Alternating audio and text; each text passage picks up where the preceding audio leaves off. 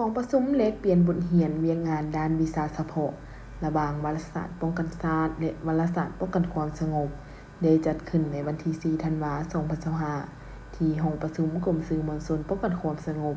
โดยการให้เกียรติเข้าร่วมของพันเอกพรพิรุณปัญญาสิริหัวหน้ากรมสื่อมวลชนป้องกันความสงบมีพันโทแสงเพชรสมัยไสยสิทธิ์หัวหน้ากองบรรณาธิการวารสารป้องกันความสงบและพันโทบุญไหมเสงอรุณหัวหน้ากองวารสารป้องกันชาติพร้อมด้วยคณะบรรณาธิการพนักงานหลักเลงวิชาการทั้งสองฝ่ายเข้าร่วม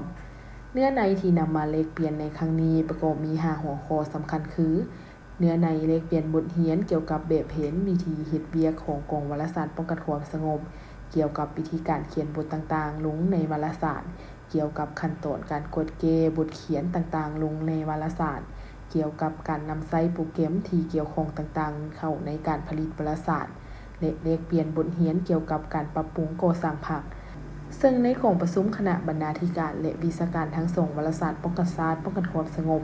ได้ผลัดเปลี่ยนกันประกอบคำคิดเห็นเลขเปลี่ยนในบทเรียนซึ่งกันและกันอย่างมีวิทยาศาสตร์โดยนำเอาหลักการและประสบการณ์ในการจัดตั้งปฏิบัติเวียงงานตัวจริงมาเลขเปลี่ยนค้นคว้าร่วมกันเพื่อเสริมซึม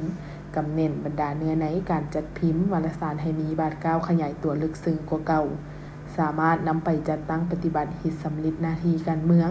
ตามภาระบทบาทที่การจัดตั้งมอบหมายให้สำเร็จตามเหตุการณ์ในระยะใหม่และยาวนาน